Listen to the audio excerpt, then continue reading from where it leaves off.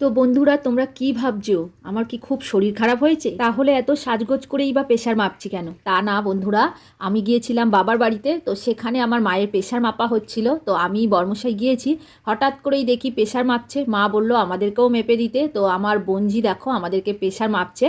আসলে আমরা ভিডিও করব বলে রেডি হয়েছিলাম, ভিডিও করে তারপরে বাবার বাড়িতে গিয়েছি, তো ওই কারণে একটু সাজগোজ করে আছি। আর কদিন ধরেই মায়ের শরীরটা খারাপ, বঞ্জি এসেছে, তো ওই প্রেশার মাপছে, সুগার মাপছে, এই সব চলছে আর কি। তার সাথে আমাদেরও প্রেশার মেপে নিল, কারণ মায়ের মন তো মানে না, যতই সন্তান ভালো থাকুক তাও যেন কত অসুস্থ মনে হয়।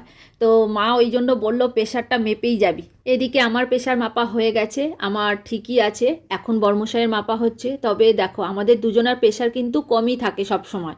তো আজকের মোটামুটি ঠিক আছে। আর প্রেশার মাপার সময় বর্মশাইয়ের মুখখানা কিরকম হয়ে গেছে যেন কতদিনের রুগী। এদিকে প্রেশার মাপা হচ্ছে, তোমরা ততক্ষণ আমার ভিডিওটা দেখতে থাকো। আর হ্যাঁ, ভিডিওটা কেমন লাগলো কমেন্ট করে অবশ্যই জানাবে, ভালো লাগলে লাইক কমেন্ট শেয়ার করে দিও। টাটা।